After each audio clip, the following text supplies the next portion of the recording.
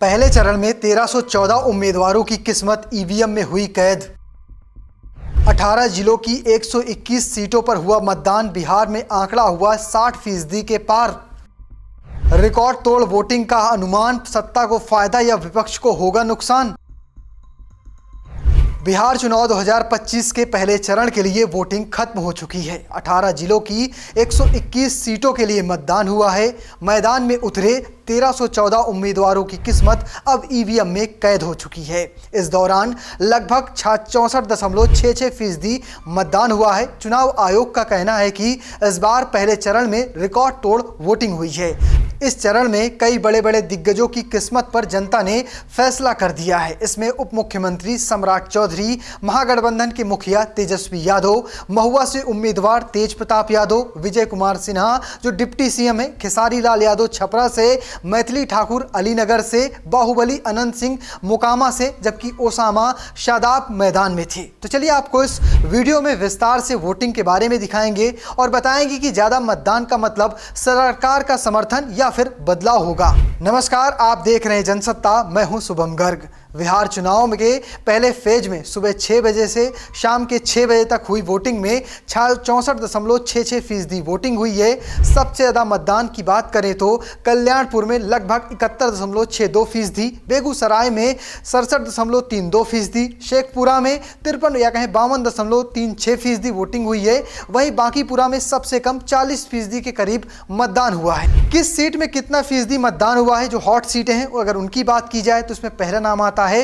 राघोपुरा। यहां से तेजस्वी यादव मैदान में हैं और यहां पर शाम 5 बजे तक करीब 64.01% मतदान हुआ है। दूसरी सीट है तारापुर, डिप्टी सीएम सम्राट चौधरी की सीट। यहां पर हुई ही वोटिंग 58.33%। लखीसराय में हुआ है 60.51%। मोकामा की बात करें तो 62.16%। दानापुर की बात करें तो 55.27%। महुआ में 54.88%। छपरा में 56.32%। अलीनगर की बात की जाए तो वहां लगभग 58.05% मतदान हुआ है। रघुनाथपुर में 51.18%। गरखा की बात करें तो 61.90%। बांकीपुरा में 40%। भोरे की बात करें तो 61.05%। बनियापुर में 63.20%। गया घाट की बात करें तो वहां 56.30%। सरायगंज में 70.19%।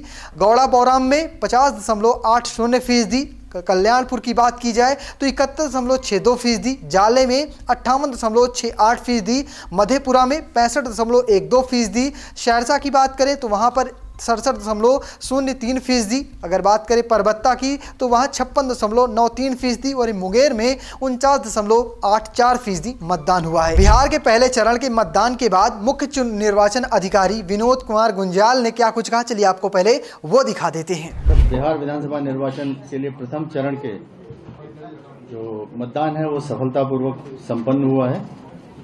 इसमें टोटल जो हमारे मतदान केंद्र हैं लगभग 45,341 हैं और मतदान केंद्र स्थलों की कुल संख्या थी 23,554।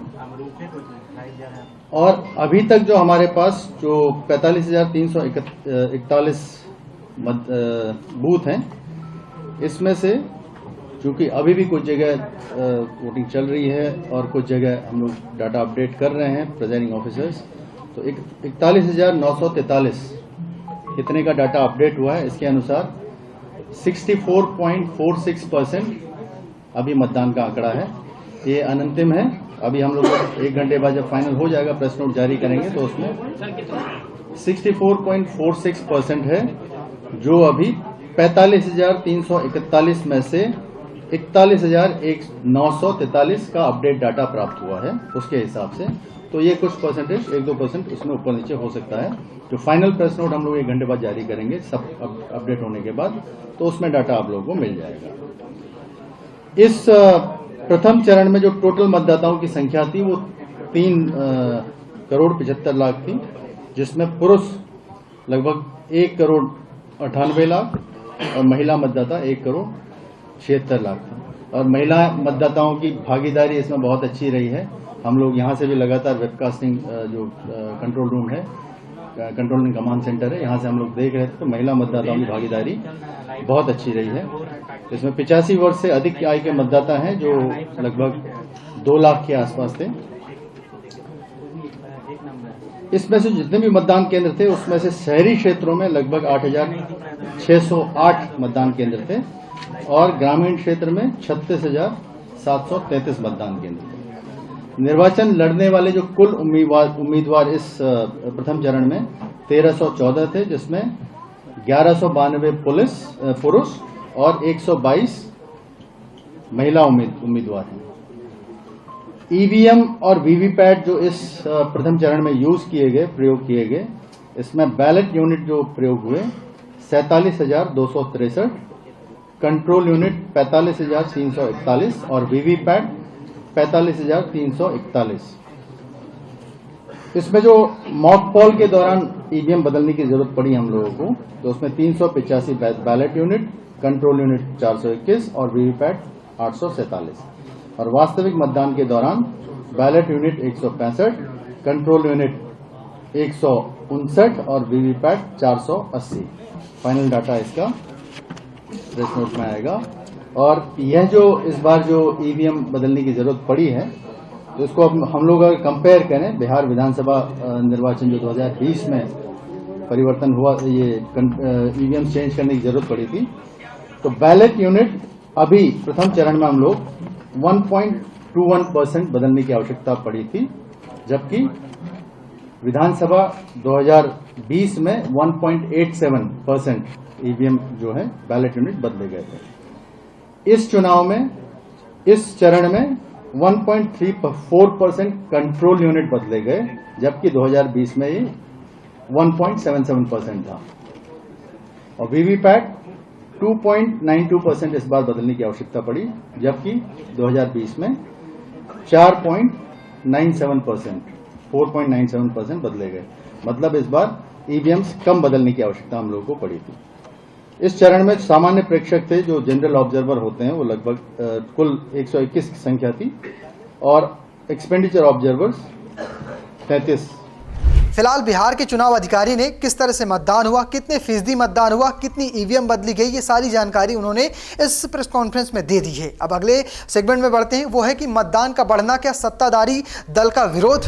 बिहार में पहले चरण के विधानसभा चुनाव में 121 सीटों पर करीब 64.66% मतदान हुआ है। पहले चरण में शामिल 18 जिलों की इन सीटों पर सन 2005 में करीब 46%, 2010 में 52%, 2015 में 56% और 2020 में 57% मतदान हुआ था। बिहार में इस बार पहले चरण के मतदान ने पिछले 20 सालों का रिकॉर्ड तोड़ दिया है।